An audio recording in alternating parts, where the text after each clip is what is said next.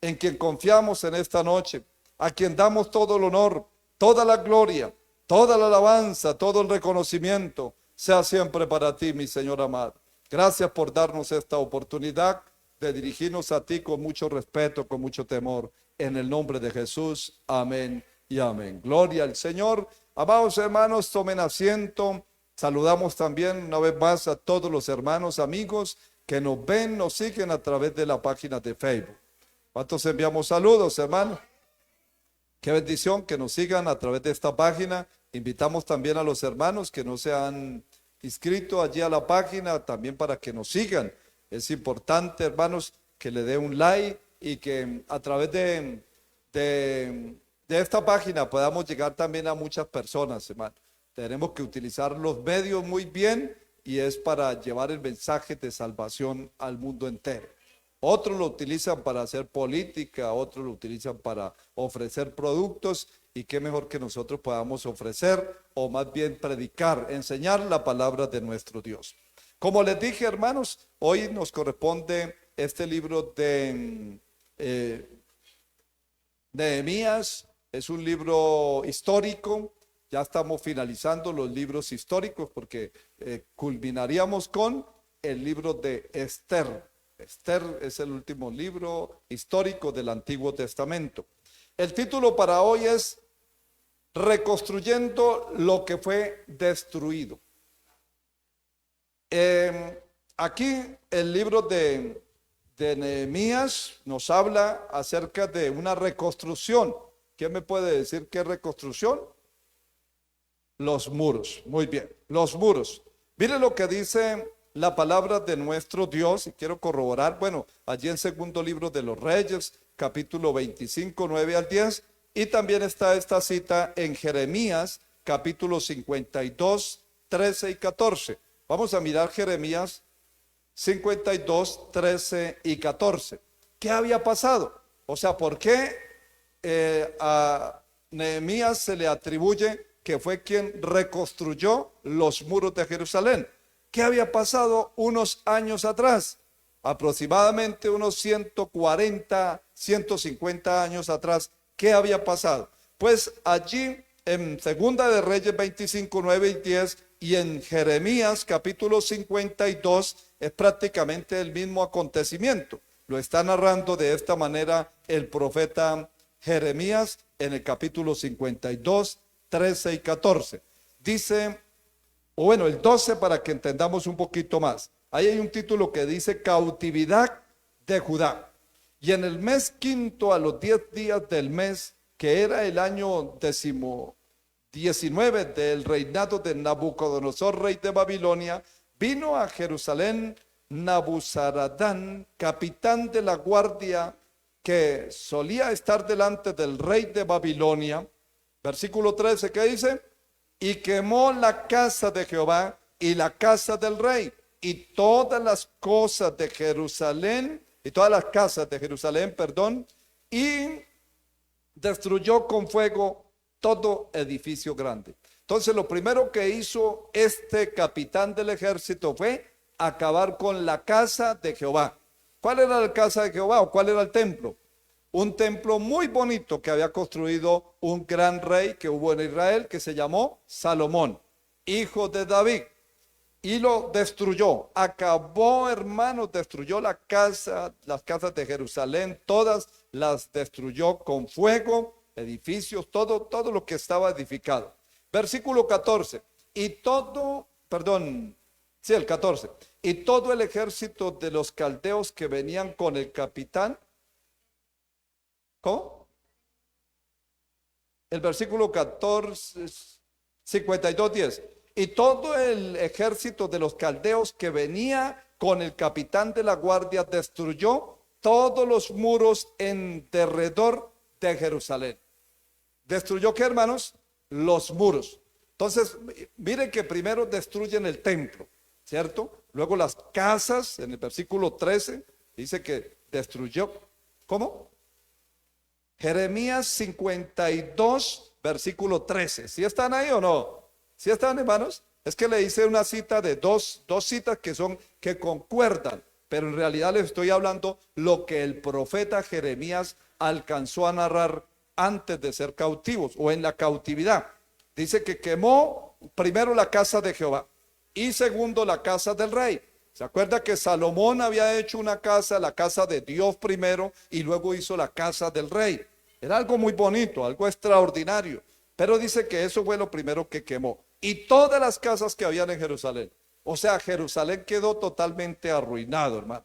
Y en el versículo 14 dice que quemaron, destruyeron todos los muros en derredor de Jerusalén. Los muros eran la muralla, la protección que había allí en Jerusalén. La protección que un día David, el rey David, había colocado. Esa protección eran unos muros fuertemente grandes, hermano, por aproximadamente unos 10 metros de ancho, altos, hermano. Eso era difícil, pero los babilonios acabaron con todo. Por eso el título que hemos tomado en esta noche, reconstruyendo lo que fue destruido. Eso había sido destruido más o menos en el año 605 antes de Jesucristo. Y posteriormente, ya leímos hace 8 días el libro de Esdras. Esdras, ¿qué fue lo que hizo? O bueno, el libro de Esdras más bien nos relata cómo un gran líder como lo fue Zorobabel vino y reconstruyó ¿qué? Ya se nos olvidó. Amén. Bueno, algunos no estuvieron hace 8 días posiblemente. Reconstruyó el templo. Zorobabel fue quien reconstruyó el templo. Bueno, miremos un poquito para que como que entremos como en el tema y nos acordemos un poquito. Amén. En Esdras capítulo 1, versículo 1. Esdras, que fue el que miramos hace 8 días. Dice, en el primer año de Ciro, rey de Persia. Ciro, rey de Persia, era el que llaman Ciro el Grande. ¿Por qué rey de Persia? Ellos fueron cautivos con los babilonios, pero los persas vinieron e invadieron a Babilonia. Y entonces se acabó el imperio babilónico y ahora comienzan los persas, el reino o el imperio de los persas. O se les llama también los medos persas. Amén. Los persas. Entonces, en el primer año de Ciro, rey de Persia, para que se cumpliese la palabra de Jehová por boca de Jeremías. ¿Quién había profetizado allá lo que leímos el texto? Jeremías. ¿Se acuerda que destruyó el rey de Babilonia? El capitán vino y acabó con la casa de Dios, acabó con la casa del rey y con todas las casas que habían en Jerusalén. Eso fue un desastre total. Pero acá dice, para que se cumpliese la palabra de Jehová por boca de Jeremías, despertó Jehová el espíritu del rey Ciro, rey de Persia, el cual hizo pregonar de palabra y también por escrito por todo su reino, diciendo, así ha dicho Ciro, rey de Persia, Jehová, el Dios de los cielos, me ha dado todos los reinos de la tierra. Ya no era Nabucodonosor, ya no era Babilonia, era Ciro el Grande, el rey de Persia, el de los persas, el primer rey de Persia. Y entonces, ¿qué más dice ahí en el relato? Y me ha mandado que le edifique casa en Jerusalén que está en Judá. ¿Quién lo había mandado a este rey pagano, al rey Ciro? Dios se le había revelado y lo mandó para que le edificara casa. Entonces dice el versículo 3, quien haya entre vosotros de su pueblo, sea Dios con él, y suba a Jerusalén, que está en Judá, y edifique la casa de Jehová, Dios de Israel. Él es Dios, la cual está en Jerusalén.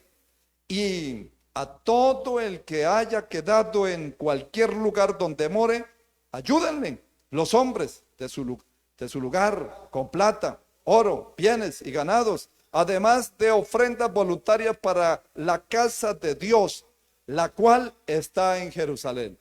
El rey de los persas, Ciro el Grande, está dando una orden para que vayan. Bueno, hace 8 días hablamos un poquito de quiénes fueron los que realmente llegaron primero. Llegó un grupo de personas allí, hermanos, en cabeza de Zorobabel. En el año 538 aproximadamente antes de Cristo. Llegó Zorobabel con un grupo de personas allí, hermanos, con una buena cantidad de personas a reconstruir el templo. Y hace 8 días hablábamos de cómo reconstruyeron el templo. Se gastaron unos 20 años aproximadamente. Estamos hablando desde el año, ¿qué les dije, hermanos? 1538 antes de Cristo. Y si se demoraron 20 años, más o menos, ¿para qué fecha estaba ya reconstruido nuevamente el templo? 538 comenzaron y duraron 20 años, más o menos, ¿para qué año? ¿Qué dice, hermano Santiago? 518. Muy bien, hermana Maya Soraya. Muy bien. Sí, porque estamos bajando. Antes de Cristo ya no está subiendo. Después de Cristo suben los años, pero antes de Cristo está disminuyendo. Entonces estamos hablando del 605 antes de Cristo. Los babilonios fueron y llevaron cautivo a los de Judá, ¿sí? Pasaron aproximadamente 70 años para ellos regresar nuevamente allí a Jerusalén. El primer viaje fue con Zorobabel en el año 538 antes de Cristo, y si se demoraron 20 años, entonces en el año 518 quedó restaurado el templo allí en Jerusalén por mando de Ciro el Grande, un rey pagano prácticamente, y con hombres de Judá. Zorobabel fue él no conocía este territorio. Zorobabel nació allí en el cautiverio en Babilonia. En el versículo que leímos allí, dice: y todo el ejército de los caldeos que venían con él, el capitán de la guardia, destruyó todos los muros en derredor de Jerusalén. Entonces, ahora sí vamos a Nehemías donde comenzamos la lectura. En Nehemías, en el capítulo 2, Nehemías en el capítulo 2, dice la palabra: sucedió en el mes de Nisan, en el año 20 del rey Artajerjes, que estando ya el vino delante de él, tomé el vino y lo serví al rey. Y como yo no había estado antes triste en su presencia, el rey Artajerjes le dice, y me dijo el rey: ¿por qué está triste tu rostro? Pues no estás enfermo. ¿No es esto sino quebranto de corazón? Entonces temí en gran manera. Ya no era Ciro. ¿Ya quién estaba de rey? Artajerjes. Ya no era Ciro, el rey de Persia, sino Artajerjes, el rey de Persia. Ciro primero. Entonces dice la palabra ahí en el versículo 3: y dije al rey: para siempre viva el rey, como no estará triste mi rostro cuando la ciudad, casa de los sepulcros de mis padres, está desierta y sus puertas consumidas por el fuego. Y me dijo el rey: ¿qué cosas pide? Entonces, ¿qué hizo Nehemías? Oró. Amén. Primera palabra clave aquí, hermanos, es que oró al Dios de los cielos. Él hubiera podido decir claramente: necesito ir a Jerusalén, necesito ir a reconstruir los muros, las murallas. Pero lo primero que él dice fue: oró a Dios.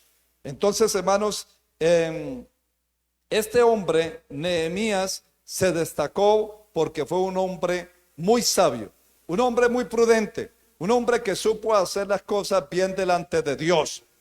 Qué bueno que nosotros, hermanos, cuando sepamos de algo que está pasando, vamos a aconsejar a alguien, quizás un padre, un familiar. Usted tiene que ir a aconsejar a alguien que está mal espiritualmente, digámoslo así, que se está muriendo espiritualmente, que está decaído, que está arruinado espiritualmente. ¿Qué debe hacer usted, hermanos? Orar primero para ir a visitarlo. A veces no oramos, sino que nos vamos así de una porque somos tan fuertes, ¿verdad? Pero lo que dice la palabra aquí fue que oré al Dios del cielo.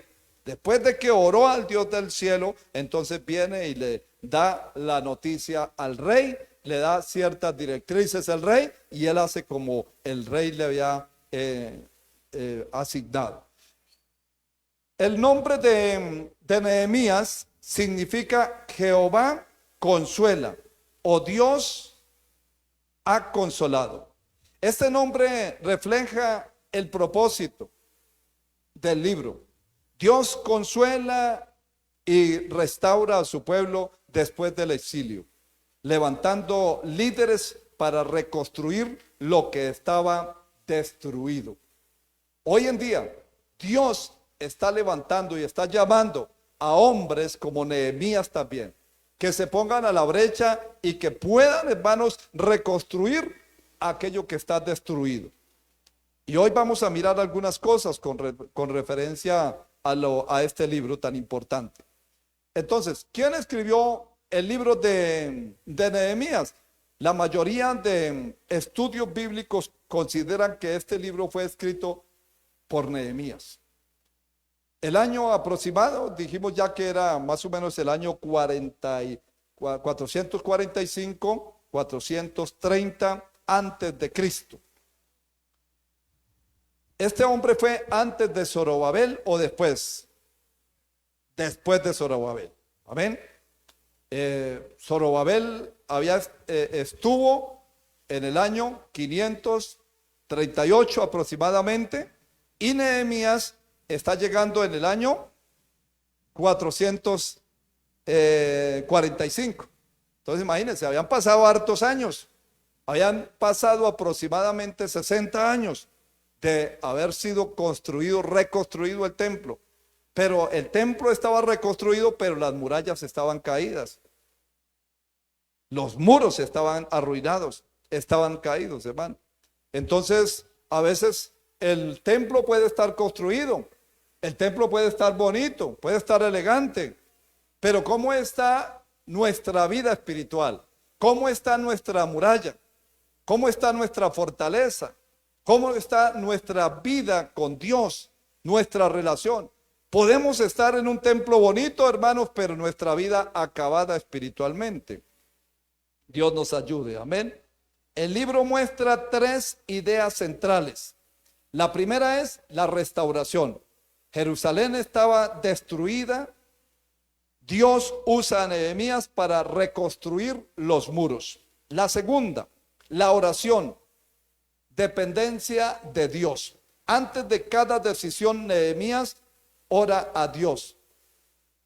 La obra se hace con la ayuda de Dios. Todo lo que nosotros hacemos, hermano, siempre será con la ayuda de Dios. Lo tercero, reforma espiritual. No solo se reconstruye la ciudad, también se restauró la obediencia a la ley de Dios. Usted lee el pasaje, hermanos, y hubo un tiempo donde ellos comenzaron a leer la ley de Dios desde la mañana hasta después del mediodía, solo leyendo la ley de Dios. Y ellos lloraban, hermanos, se quebrantaron, porque hacía mucho tiempo no leían la palabra, no lo podían hacer. Estaban cautivos, hermano, allí. Es como una persona cuando está en un trabajo, ¿cierto? Y bueno, quizás un mes, 2 meses, 1 año, 5 años. No lee la Biblia, no se le da mucho. Pero que hay 10 años, que hay de 50 años sin poder leer la ley, sin poder leer la palabra. Cuando ellos vuelven, hermanos, por eso más adelante, si nos queda el tiempo, lo vamos a mirar. Entonces, Nehemías, que era copero del rey, escucha que Jerusalén estaba en ruinas y sus muros destruidos. Su relación o su reacción, más bien, su reacción fue, lo primero que hizo fue llorar. Se lamentó al ver esa situación, hermanos, cuando escucha la noticia. Ya lo miramos ahí en el capítulo 1, ¿verdad? Lo primero que hace es llorar.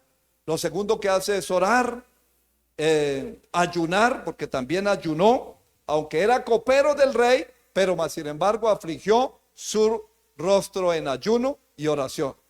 La pregunta es, pero si estaba trabajando, tenía que probar la copa del rey, los alimentos, y entonces ¿cómo hacía para ayunar? Pues se arriesgó, hermanos, se arriesgó, un riesgo total, hermanos. Todo por amor a Jerusalén. Todo por amor para ir a restaurar lo que estaba destruido. Lloró, ayunó, oró a Dios. El rey le da permiso para reconstruir en el capítulo 2.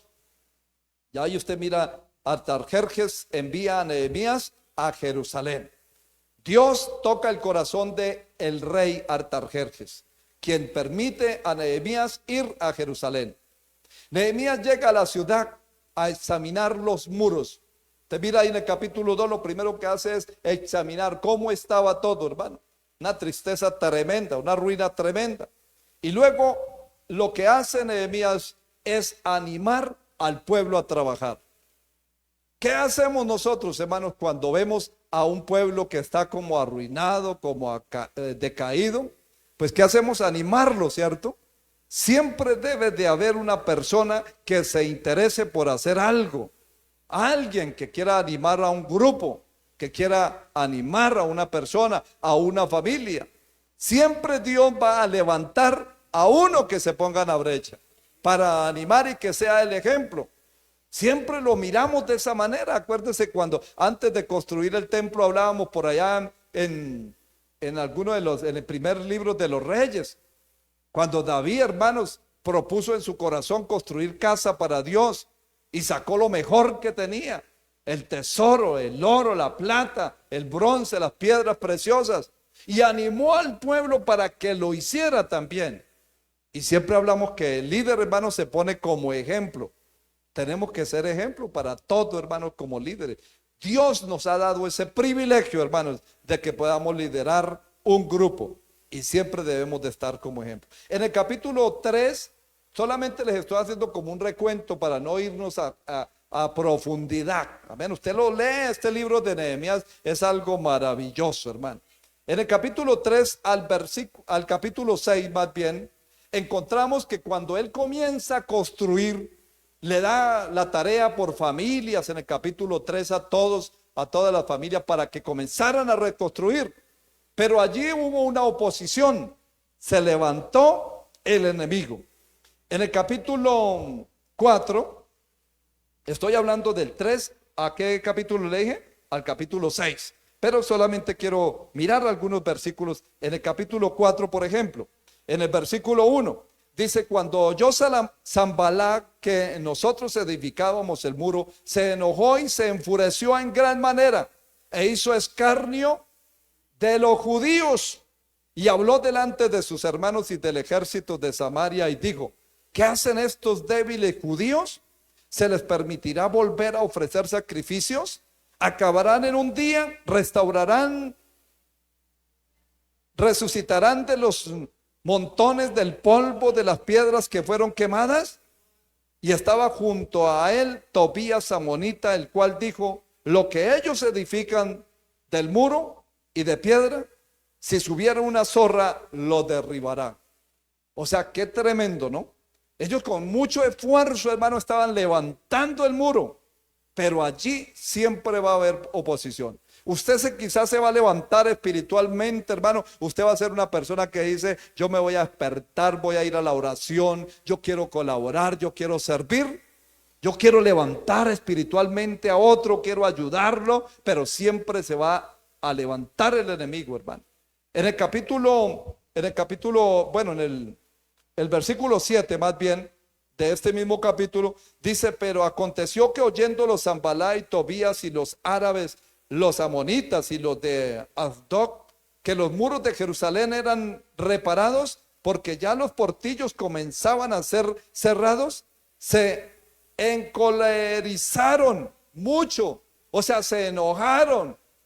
Aquí, hermanos, puede suceder eso en un cristiano que comienza a restaurarse, comienza a levantarse, y va a levantarse un enemigo que se va a enojar.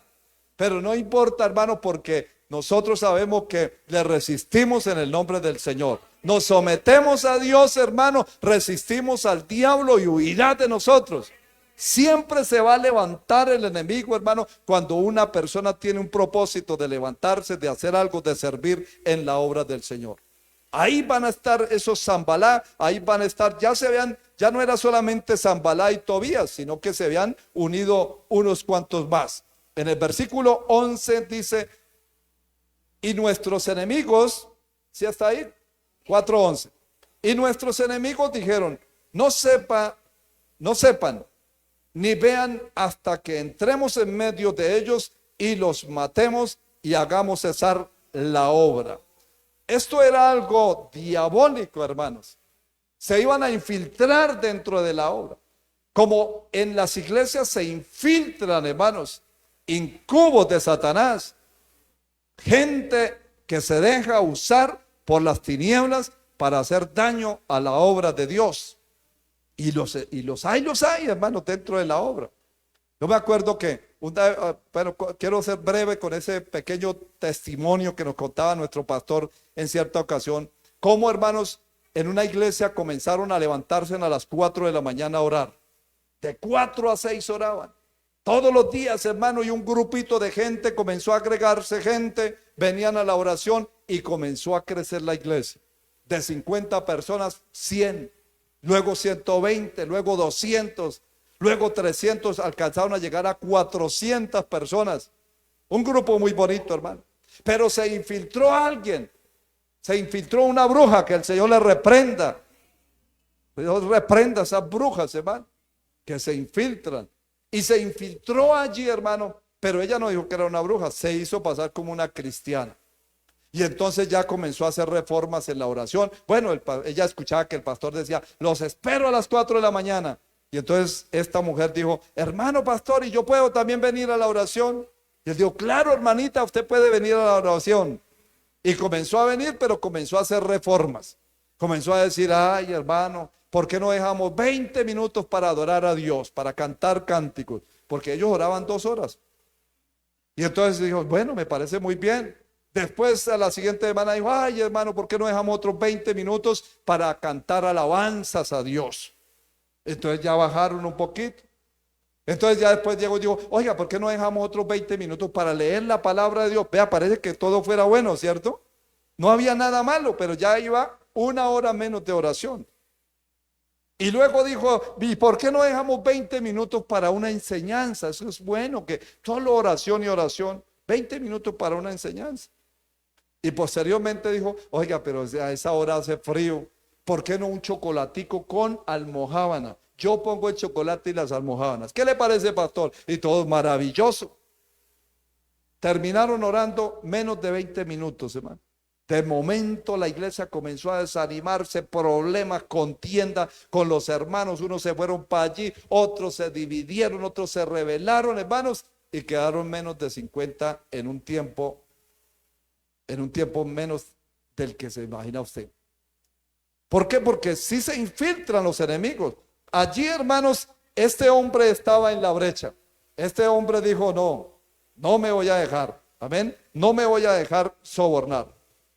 Ellos se burlaron, hermanos. ¿Cuántos se burlarán de usted porque viene a culto? Ellos les amenazaron. ¿Cuántos le amenazarán y le dirán usted qué va a ir a hacer allá al templo? Mire, si se va a enfermar. Si se va, me va a encontrar enojado cuando vuelva. No vaya. ¿Cuántas amenazas ha recibido quizás para venir al templo, hermanos? Intentaron detener la obra, pero el pueblo trabajaba con una mano, dice la palabra, y con la otra tenían la espada. No dejaban la espada. Dice un versículo, hermano, que ellos, hermano, se quitaban la ropa solamente para bañarse. O sea, dormían con la misma ropa que estaban trabajando. A pesar de todo, el muro fue terminado en 52 días. Eso lo dice ahí el capítulo 6, versículo 15, 6:15. Fue terminado pues el muro en el 25 del mes de Elul, en 52 días. A pesar de que el enemigo se levantó, hermanos, pero se construyeron los muros. 52 días de perseverancia. ¿Cuánto tiempo usted quizás ora? ¿Cuántos días usted ha venido perseverando constantemente. Mire que la Biblia nos dice que cuando Daniel estaba cautivo allí en Jerusalén, él propuso en su corazón una oración y comenzó a orar 2 días, 5 días, 10 días, 20 días, y al día 21 hubo una respuesta de Dios. Al día 21 hubo una respuesta, y cuando vino el ángel y le dijo: desde el primer día que dispusiste tu corazón para orar, para entender, yo he oído. Desde el primer día, hermanos. Pero se me opuso, ¿quién? Siempre va a haber alguien que se oponga, ¿cierto? El rey de Persia. Y tuve que pelear con él hasta que vino otro ángel y lo destruyó. Y vino la respuesta de Daniel. Fueron 21 días. Pero él no desmayó. Él quizás dijo: voy a orar 8 días. Pero comenzó 8 y no hubo respuesta. 15 hasta el día 21. Aquí dice que en el día que duraron 52 días, a pesar de que se levantó el enemigo. Mire, hermano, ¿por qué usted no proponerse en su corazón para que haya una restauración total? Señor, no te voy a dejar, como dijo Jacob en una noche, hasta que no me bendiga. No te soltaré. Y que usted diga: voy a orar todos los días, me propongo una meta de ir todos los días a la casa de Dios, a orar al menos 1 hora. Pero no se resista, hermano, que porque pasaron ya 15 días y usted dice: no hubo respuesta de Dios. No, eso es mentira. No, hermano, hasta que haya respuesta de Dios. Aquí fueron 52 días. Yo le aseguro, hermano, que si usted propone en su corazón continuar en ese tiempo de oración sin desmayar. Yo escucho por allá a un pastor en Corea del Sur. Corea del Sur hay un avivamiento tremendo. Este hombre dice que se propuso a hacer 60 días de vigilia. ¿Cuánto les gusta vigilar? ¿Cuánto les gusta ayunar? Muy poco, ¿cierto? Algunos dicen: a mí me gusta ayunar pero de noche, y me gusta vigilar de día. No, él de noche, hermano. Llevaba 49 días, 49 noches vigilando, hermano. 49 noches. Se muere la suegra. Y entonces ya se había muerto años anteriores el suegro, y él no pudo ir porque tenía un compromiso con Dios. Y él dice que la familia y todo dijeron: queremos verlo también en el funeral. Y él tenía que o cortar la vigilia. Ya se había propuesto 60 días, hermano. 60 noches de vigilia. Y ya iban a 49. O tenía que comenzar de cero o tenía que ir al funeral. Y él dijo: no puedo. Ya la esposa y todo eso dijo: pero amor, considérelo porque es mi mamá y bueno, todos lo quieren allá, y que usted no aparezca en el funeral no es bien, no está ético, no es ético. Y él dice: y me fui para el funeral. Estuvimos allá con toda la familia y al otro día comencé con el número 1. 60 días hasta que Dios me dio la respuesta. Porque a veces eso es lo que pasa, como que le prestamos al Señor. Decimos: bueno, ya llevo 15 días en oración. Me propuse orar, pero de repente dice: bueno, hoy no pude, pero mañana sigo el día 16. No, mañana siga el día 1. Así es, hermano. ¿Cuántas veces los israelitas dieron vuelta allá en el desierto? ¿Y cuántas veces el Señor ya ahí dispuesto, hermano? Siempre yo hago esa mímica, dispuesto ya a bendecirlos y a decir: ahora sí, ya los voy a pasar a la tierra prometida. Ya después de 1 año, 2 años, 5 años ahí dando vueltas. Pero de repente ellos decían: no, Dios se olvidó de nosotros, mejor nos iba allá en Egipto. Las comidas, el agua, las bebidas, todo era mejor allá. Y comenzaban a renegar contra Dios. Entonces, ¿sabe qué hacía Dios? Guardaba nuevamente la bendición y decía: bueno, los voy a dejar que den otras vuelticas ahí. Otros 3, otros 5 años, otros 10 años. Hasta que culminaron 40 años, hermano, y no pudieron pasar. Solamente pasó 2 personas. ¿Quiénes fueron? Josué y Caleb. Solamente 2, hermanos. Es más, ni Moisés pudo pasar. Moisés solamente miró la bendición de lejos allá. No pudo pasar. El templo, hermanos, fue construido ¿por quién dijimos? Por Zorobabel. Fue reconstruido por Zorobabel. El templo significa la adoración. Se había perdido la adoración allí por motivos de la ruina que había allí, del desastre que había en Jerusalén. Entonces el templo lo construyó Zorobabel y simboliza que este hombre fue el que volvió la adoración allí en Jerusalén. Esdras se hizo cargo de la palabra viva, la palabra espiritual, quien transmitió nuevamente. Ese fue como la función de Esdras, del sacerdote y escriba Esdras, transmitir la palabra nuevamente al pueblo. Y la ciudad fue reconstruida por Nehemías. Cada uno de estos representan un papel importante. La restauración espiritual del pueblo. Eso aparece del capítulo 10 vamos en el capítulo 7, ¿no? Del capítulo 7 al capítulo 10. Después de reconstruir el muro, el sacerdote Esdras leyó la ley de Dios al pueblo. Recuerde que el libro de Esdras lo escribió Esdras posiblemente, pero no quiere decir con eso que él estuvo en aquel entonces con Zorobabel. Zorobabel había estado 60 años antes. ¿Cuántos damos la gloria al Señor? 60 años antes, pero él lo que hizo fue seguir como un legado. Lo que él había hecho, Zorobabel construye el templo, vuelve la adoración allí a Jerusalén, pero lo que hace Esdras, el sacerdote, es retransmitir nuevamente la ley, la palabra. Esto nos da a entender, hermanos, que la palabra se debe leer todavía. La palabra, hermanos, está viva y eficaz. Y también, hermanos, entonces encontramos allí ya la restauración del muro. Entonces, el sacerdote Esdras leyó la ley de Dios al pueblo. Lloró al escuchar el pueblo. Miremoslo ahí en el capítulo 8, al menos un versículo, porque no podemos irnos con detalles. Amén.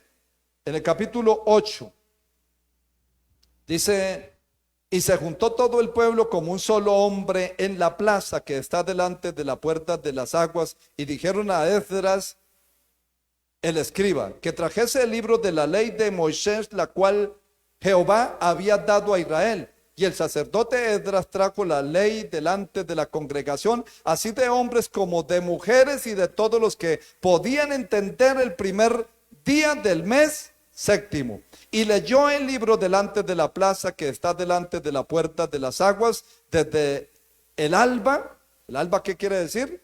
Muy de mañana hasta el mediodía, en presencia de hombres y mujeres y todos los que podían entender. Y los oídos de todo el pueblo estaban atentos al libro de la ley. Versículo 9. Bueno, el versículo 10 dice: y leía el libro de la ley de Dios claramente, y ponían el sentido de modo que entendiesen la lectura. Porque una cosa, hermanos, mire para acá, una cosa es leer la palabra de Dios, pero otra cosa es ponerle el sentido, que usted sienta realmente lo que está leyendo, que la pueda examinar, que la pueda escudriñar. Cualquiera puede leer la Biblia, cualquiera puede leer este libro. Muchos dicen: yo me la he leído 100 veces, 200 veces, pero si le pone el sentido. Ellos le ponían el sentido. Versículo 9 dice: y Nehemías, el gobernador, y el sacerdote Esdras, escriba, y los levitas que hacían entender al pueblo, dijeron a todo el pueblo: día santo es a Jehová nuestro Dios. No os entristezcáis ni lloréis, porque todo el pueblo lloraba oyendo las palabras de la ley. Así como usted estaba llorando hoy en esta noche. Ay, el pastor nos está leyendo la palabra de la ley, se le escurren ahí las lágrimas. Límpiase la semana un poquito. Dele la gloria a nuestro Dios. Bendito sea nuestro Dios todopoderoso. Entonces lloró al escuchar el pueblo. Lloró al escuchar la palabra de Dios. Se arrepintieron, renovaron su pacto con Dios. Luego, en el capítulo 11 al 13, porque este libro solamente tiene 13 capítulos, 406 versículos, Nehemías trabajó para restaurar la obediencia a la ley, purificar el templo, restaurar el verdadero culto a Dios. Su deseo era que el pueblo viviera o volviera más bien a la palabra de Dios. Volvieran a vivir conforme a la voluntad de Dios. Ese es nuestro deseo, hermanos, que usted y yo podamos vivir conforme a la voluntad de Dios. Si vivimos en obediencia, conforme a la voluntad de Dios, conforme a lo que Dios dice en su palabra, si somos obedientes y hacemos y guardamos su palabra, sus estatutos, Dios va a traer restauración a nuestra vida. Dios va a traer restauración a nuestra casa, a nuestra familia, a aquellos que están perdidos, que están apartados de Dios. Dios lo va a restaurar. ¿Cuánto lo creemos, hermano? Bendito sea el Señor. Entonces el libro de Nehemías enseña grandes verdades. Dios levanta personas para restaurar lo que está destruido. Toda obra de Dios enfrentará oposición. Toda familia, todo creyente va a enfrentar oposición. Nunca piense que, hermanos, el cristiano paró de sufrir. Vienen pruebas, vienen dificultades, vienen desiertos a nuestra vida, pero con ayuda de Dios vamos a lograr grandes cosas. Toda obra de Dios enfrenta oposición. La oración debe permanecer en cada acción que nosotros tomemos. En un negocio, en un trabajo, cualquier decisión que tomemos, hermano, tiene que haber oración. La verdadera restauración no solo es material, sino espiritual. Nehemías nos muestra que cuando un líder teme a Dios, ora y persevera, Dios puede restituir lo que parecía imposible. Cuando usted, hermanos, ora, persevera, se mantiene, nos mantenemos, Dios puede restituir lo que se había perdido. Lo que parecía imposible, hermanos, que ya no había esperanza, que ya como que no, perdimos la fe, ya no oro más por esa persona, ya no oro más por ese cónyuge, ya no oro más por ese vecino, ya no oro más por ese padre, por ese hijo, pero Dios va a restaurar. Porque creemos, porque aquí hay un pueblo, hermanos, que cree, reconstruyendo lo que fue destruido. ¿Qué hacer entonces, hermano? Y se lo quiero comentar en breve. ¿Qué hacer entonces, hermano, cuando está pasando una situación dura en casa, con la familia? ¿Qué hacer? ¿Qué hacemos cuando una persona se siente destruida? Lo primero es reconocer la situación por la cual está atravesando. Hacerle entender a esa persona la situación por la cual está atravesando y por qué está en esa condición de vida. Que no es un trato quizás de Dios, es un trato personal porque Él mismo se buscó el problema. No es que Dios nos meta en problemas, nosotros mismos nos metemos en problemas, en dificultades. Entonces lo primero es aceptar la condición espiritual cuando uno está en una decadencia espiritual. Ahí bueno, ya lo leímos allí en el capítulo 1, versículo 4.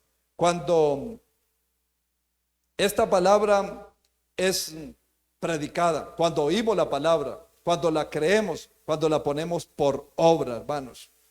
En la vida cristiana el pecado destruye, pero se debe reconocer. Dice la palabra en primera de Juan 1:9, si confesare nuestros pecados, Él es fiel y justo para perdonarnos. ¿Qué debemos de hacer entonces nosotros con aquellas personas, hermanos? Ayudar a la persona a confesar su pecado delante de Dios sin justificarlo. Porque muchos hermanos se justifican y dicen, es que yo no volví a la iglesia, fue por culpa de, ¿cierto? Por culpa del pastor, por culpa de la misión, por culpa del supervisor, por culpa del presbítero, por culpa del líder. Y no, hermanos, debemos de hacer consciente a esa persona que no es por culpa de los demás, es por culpa suya propia, hermanos. Yo persevero sin importar qué pase a mi derecha, a mi izquierda. Yo tengo puesto los ojos en Jesús. Él es mi Salvador, es el Rey de Gloria. Amén. Volver a Dios con arrepentimiento.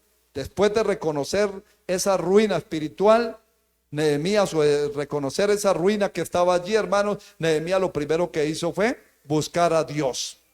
Buscar la restauración. pero la restauración comienza en la persona. Cuando una persona se humilla, cuando una persona busca de Dios, cuando una persona se arrepiente verdaderamente. Porque pueden haber personas dentro de la iglesia, hermanos, pero no se han arrepentido verdaderamente.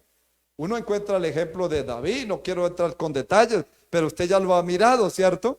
Cómo este hombre era conforme al corazón de Dios, que falló, claro que sí, pero se humilló, oró a Dios, ayunó y le dijo al Señor: ten piedad de mí, oh Dios, conforme a tu misericordia. Borra mis rebeliones, lávame más y más de mi maldad. Léase usted el Salmo 51 ahí en casa y ahí usted lo va a encontrar, hermano. ¿Cómo ayudamos entonces a otra persona que está en esa condición? ¿Será que pasamos derecho, hermanos? ¿Pasamos de largo? No. ¿Cómo guiamos a esa persona, hermanos? La guiamos a través de la oración, a través del arrepentimiento sincero, pedir misericordia por esa persona, decir: Señor, ten misericordia de mi papá, de mi mamá, de mi hermano. Conversar, o más bien hablar con esa persona y darle a entender, hermanos, que en Cristo hay una respuesta. Bendito sea nuestro Dios. Los muros de Jerusalén no se levantaron en un día. Nehemías organizó al pueblo, reconstruyó parte por parte nuestra vida espiritual, y decirle a esa persona, así como los muros de Jerusalén no fue de un momento a otro. ¿Cuántos días duraron? 52 días, ¿cierto? La restauración de una persona no es de un momento a otro. Quizás usted llega a la iglesia pero sigue luchando, ¿verdad? En cierta ocasión el Señor Jesús le dijo, cuando Lázaro estaba muerto, le dijo: Lázaro, ven fuera, y él salió, pero todavía estaba atado. Esto nos da a entender que cuando una persona es restaurada, todavía viene atado, atado por el pecado, por el mundo, por las pasiones, por los deseos. Pero el Señor le dijo: desátale y déjale ir, ¿verdad? En el Señor se desatan las cadenas, se rompen las cadenas, hermano. Entonces comenzamos a caminar bien delante de nuestro Dios. Perseverar en medio de la oposición. Cuando comenzaron a reconstruir, aparecieron enemigos, como lo fue, ya los dijimos, Sanballat, Tobías y todas estas personas. Entonces, en la restauración espiritual siempre van a haber luchas, van a haber culpas, van a haber acusaciones del diablo. Le van a decir: pero usted miraba, usted hacía, usted dijo, ¿sí o no? Todo eso va a venir a nuestra mente, va a venir a la mente de aquella persona. Van a venir tentaciones, van a venir desánimos, pero en Dios hay victoria. La palabra dice en Santiago 4:7, ya estamos terminando: resistid al diablo y huirá de vosotros. La restauración, la vida espiritual comienza con la palabra de Dios. Después de construir los muros, Esdras leyó el libro, hermanos, y todos comenzaron a llorar allí. Hubo un arrepentimiento genuino. Bendito sea nuestro Dios. Dice en Joel 2:25, y ahí vamos a terminar ya porque ha pasado el tiempo. Joel 2:25. ¿Qué dice la palabra? Y os restituiré los años que comió la oruga, el saltón, el revoltón y la langosta, mi gran ejército que envié contra vosotros. Dios quiere restituir lo que el enemigo ha querido quitarnos. Dios lo va a restituir. ¿Cuánto lo creemos, hermano?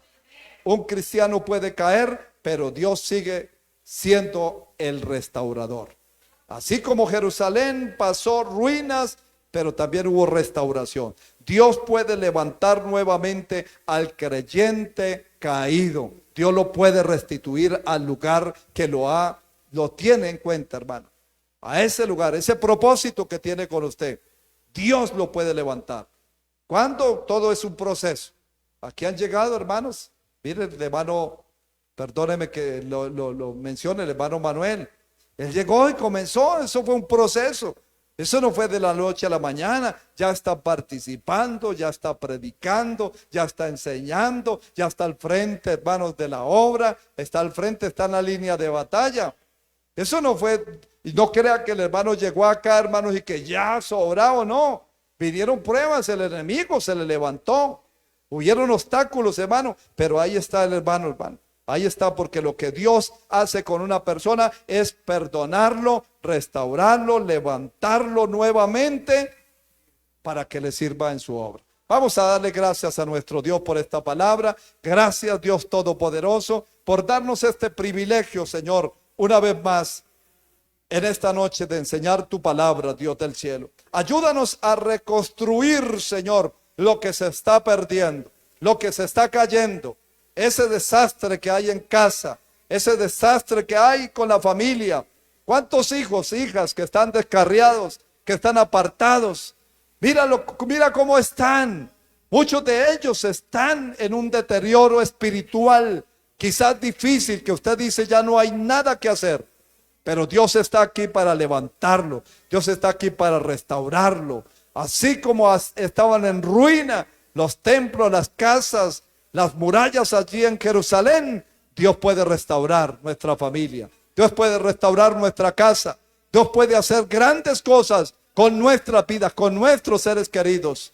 Cuando obedecemos a Dios, cuando somos íntegros, cuando ponemos esta palabra en práctica. Gracias, Señor, por tu palabra. Amén y amén. Démosle un aplauso al Rey de Gloria.